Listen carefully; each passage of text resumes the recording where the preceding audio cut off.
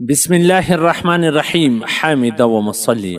محترمینو، یو محترم رور دا پوښتنه کړې ده چې د روژې په دوران کې مې د کور والا سره جما او کوروالي وکړله، خو هغه را سره راضي نه وله.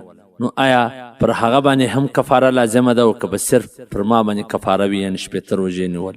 محترمینو، که چیرې یو څوک د خپلې کور والا سره جما کوروالي کوي او هغه ورسره راضي نه وي، دی په زوره د هغه سره کوروالي کوي، نو صرف پر ده باندې کفاره او قضا دواړه، یعنی هم به د دغه روژې قضا راګرځوي، هم به کفاره شپېته روژې، یو شپېته روژې به نسي.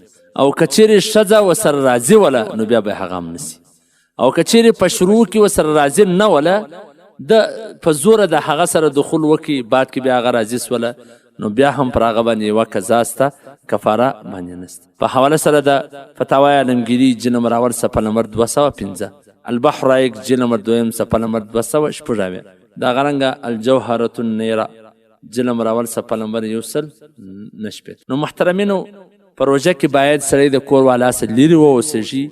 بیا به داسې اسباب نه پیدا کېږي، داسې حالات به نه پیدا کېږي چې بیا به یو شپېته روژې نسي نیولی او بعد کې به بیا پریشانه وي. ستاسو د دیني پوښتنو ځوابونکی مولوي عبدالرحمن سمین صاحب.